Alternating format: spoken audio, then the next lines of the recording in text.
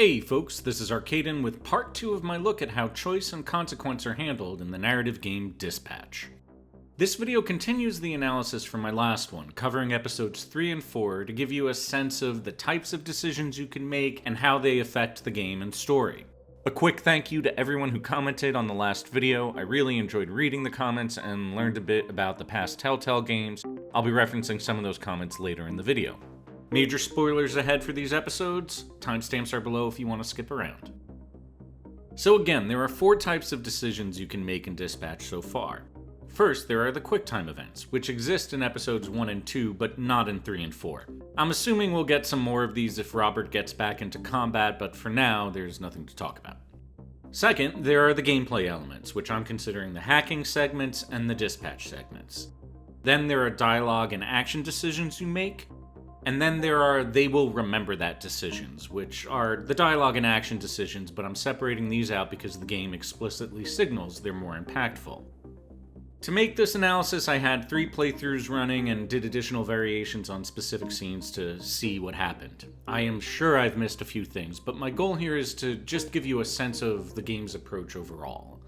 Let's start with a summary of the plot of episodes 3 and 4 that stays consistent across playthroughs. These events happen no matter what choices you make. In episode 3, Royd begins working on bringing the mech suit back to life. Blazer tells Robert she and Phenomenon broke up. She also tells him she wants him to cut one person from the Phoenix team. The team is aware of this, and the first dispatch Robert runs is a total mess, with the heroes sabotaging each other to avoid being cut. Robert gives the team a tough love speech in a conference room where he talks about phoenixes and stuff. The next dispatch goes better. At the end of the day, Robert finds Invisigal moping in a playground. She's at the bottom of the rankings and knows she's likely to be cut. However, a robbery starts to happen nearby. She goes to it and fights Lightning Struck, who was the guy from the donut shop in episode 1, succeeds, and earns praise from the team. This gets her out of the cut range. Robert then has to decide between firing Sonar or Coupe. Whoever he chooses is very angry. Invisigal is proud of her performance and thanks Robert. The start of episode 4 sees Invisigal having a dream where she and Robert are doing it. Robert goes into the office and gets pranked by the team. They're angry at him for cutting their friend. Invisigal now is creeping on Robert because of the dream. Chase tells Robert he has to fill the empty slot on his team with either Phenomenon or Waterboy. Phenomenon is a mess from his breakup with Blonde Blazer, and Waterboy is, Waterboy. The mech suit fails its next test. Invisigal continues to do things like check out that butt. Robert helps Blazer get ready for an event that night, and she asks him to help deal with Phenomenon who's in the parking lot. Robert has a pretty decent talk with him.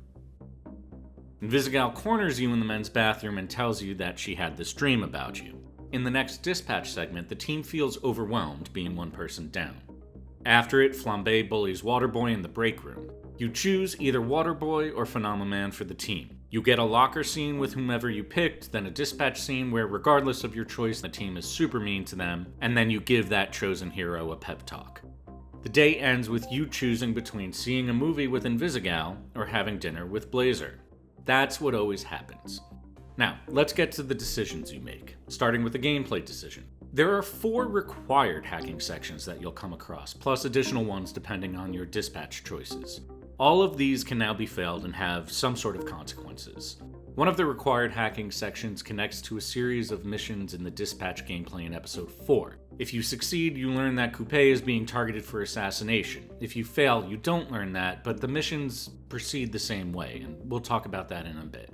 The other 3 required hacking games occur at the end of episode 3 when Invisigal fights Lightning Struck. Succeeding means you help Invisigal.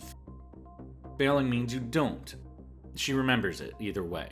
No matter what, she still takes Lightning Struck down. So what exactly is she remembering? I'll talk about that in the Remember Decisions section later on.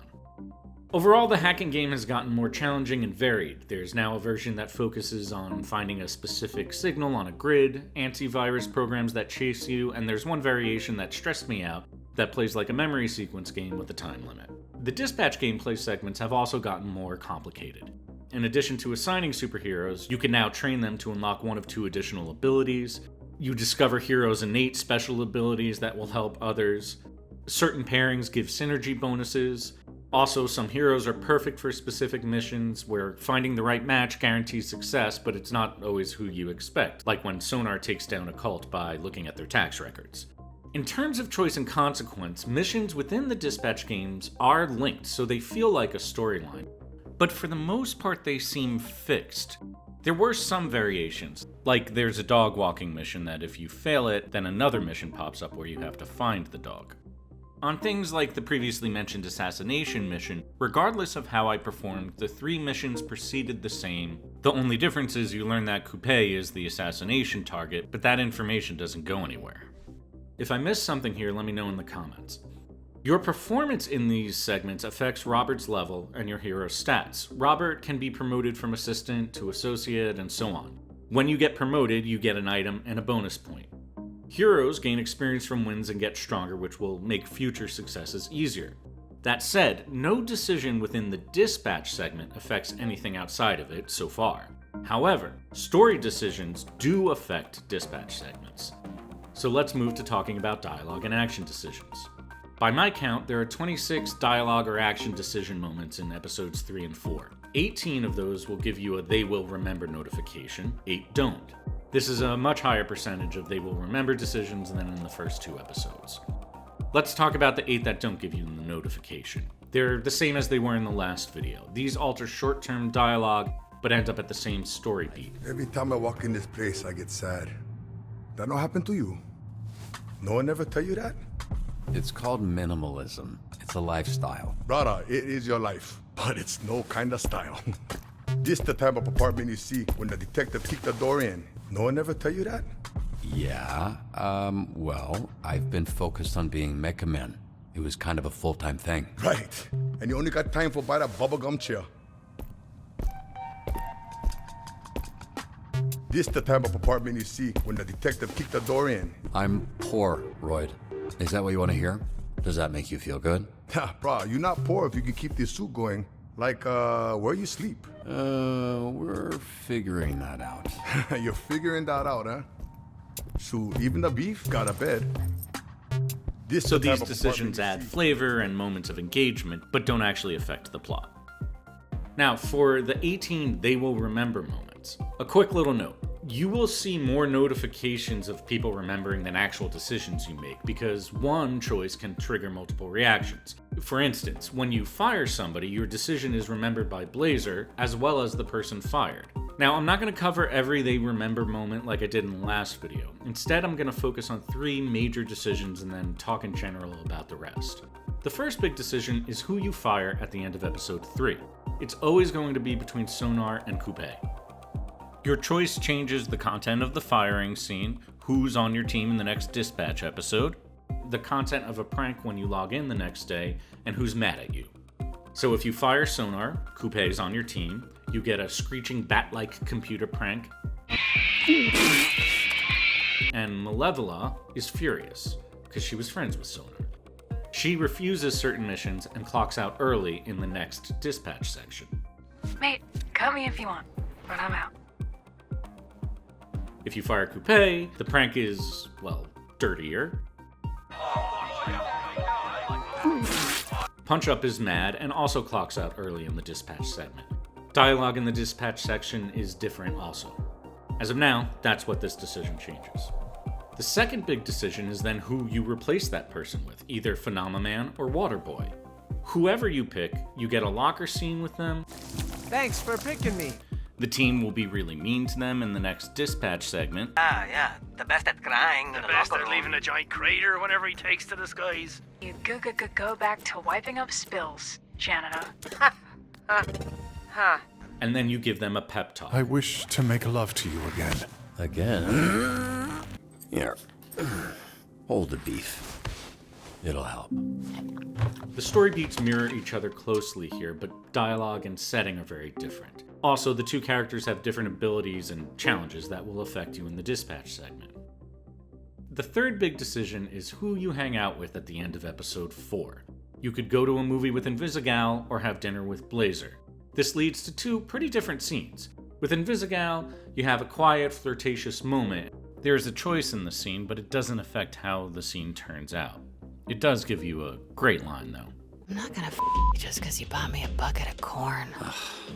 There's a lot of potential for romance, but nothing actually happens yet. With Blazer, she reveals that without her powers, she's 2 inches shorter and a brunette. You can then either kiss her,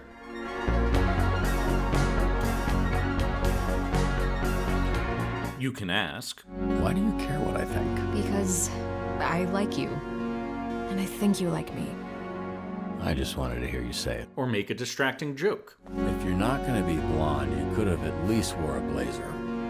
You know, just to ease the transition. Oh, I could rock a blazer. Never a doubt. I'm just saying, it's a look I could pull off. So this is basically you choosing varying levels of being direct about romantic interest, from going all in, to making it clear verbally but not doing anything, to being totally avoidant about it.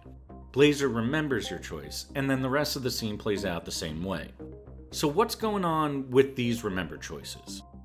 In the comments of the last video, some viewers suggested that these are actually part of an affection system, like a scale, invisible points that affect how characters will view Robert, influencing decisions in the future.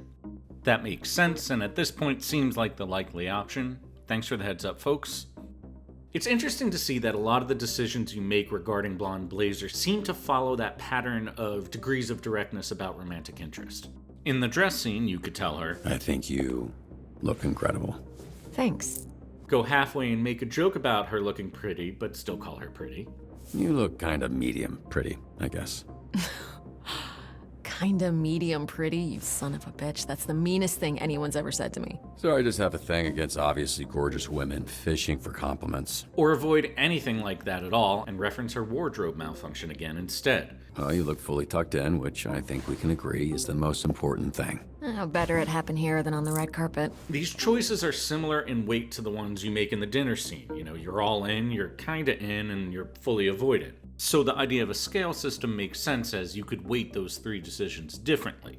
That said, we don't really know how exactly the scale works, or even if there is one. As another example, in episode 3, you have 2 interactions with Gollum. The decisions you make here affect dialogue in the dispatch section, and whether or not he's in the Phoenix talk scene. But it feels a bit light in terms of consequence, so maybe, in a scale system, they'll have an impact also later. The same goes for the conference room scene. The team remembers if you call them pieces of poop or phoenixes. Again, it feels like reputation tracking. As for the earlier they'll remember choices from episode 1 and 2, the only direct change I notice is that if you tried to kiss Invisigal in episode 1, you can later confess that to Phenomenon. Otherwise, I don't see those early decisions having come into play yet. Royd treats you the same whether you did the bro fist or not. Blazer's romantic interest in you doesn't seem to be affected by any of the episode 1 or 2 remember decisions. And it was the same with Invisigal. My guess is these are being stored for later chapters or maybe just the finale. Just to mention it, the only thing that changes when you tell Phenomenon about the kiss is his short-term reaction. I now believe that you had nothing to do with our breakup. I do, however, have a playthrough where I have Robert telling Phenomenon he kissed Blazer, Robert brings Phenomenon on the team, and then he and Blazer kiss at dinner. So it's kind of like trying to create an opportunity for as much conflict to pop up as possible, and we'll see if that happens or not. So that's how decisions are handled in the game. And I'll just end with some quick personal opinions. I do feel it's odd to critique something that's incomplete. Normally I wouldn't do that, but because they chose this type of release schedule, I think it's valid to have a weekly reaction to the content. Overall, I continue to just really enjoy the storytelling. The animation, direction, the acting, all of it's really strong. I wouldn't mind 1 or 2 less jokes in each episode. It's starting to feel a little like 11-year-old boys sleepover time, but, you know, some of them are pretty funny still. The gameplay sections are more involving. I like the variations in the hacking minigame, and, you know, the dispatch section isn't like Battle Brothers complexity or anything, but it has enough depth to make you think about what decision you want to make. A bit more choice and consequence in the dispatch section mission structure would be great, but that's something that you only really feel the lack of through multiple playthroughs. As for the choice and consequence within the story decisions, it's starting to feel pretty good, and I think they have a decent balance here. The final choice in episode 4, Invisigal or Blazer, feels like the most meaningful and the one that could genuinely lead to different content. The firing and hiring choices change dialogue, but like I said, they mirror each other so closely, so I'm not seeing that have as big an effect. Of course, I could be wrong. I am just a person on YouTube. You! One thing that's still creating some tension for me around the choice and consequence is there's a lot of notifications that your decisions will be remembered, but really, the vast majority of them have had no discernible impact. Because how they change things is unknown and so vague halfway through the game, it kind of leaves you in this weird limbo. But we will see what happens in the next 4 episodes. And I'm definitely interested in seeing where everything goes story-wise. But I'm curious what you think. Did I miss anything? How are you liking the game? I'd also be interested in hearing more thoughts about the original Telltale titles. A lot of the comments that mentioned it were more negative on the choice aspect for it, but if anyone's up for it, I would love to hear from those who just loved those games, who thought the amount of choice and consequence in them was actually really good. So if you're up for it, drop a comment. I'll be covering the next 2 releases with more analysis, so if you're interested in that, don't forget to subscribe. Regardless, I hope you enjoyed this video, and thanks for watching.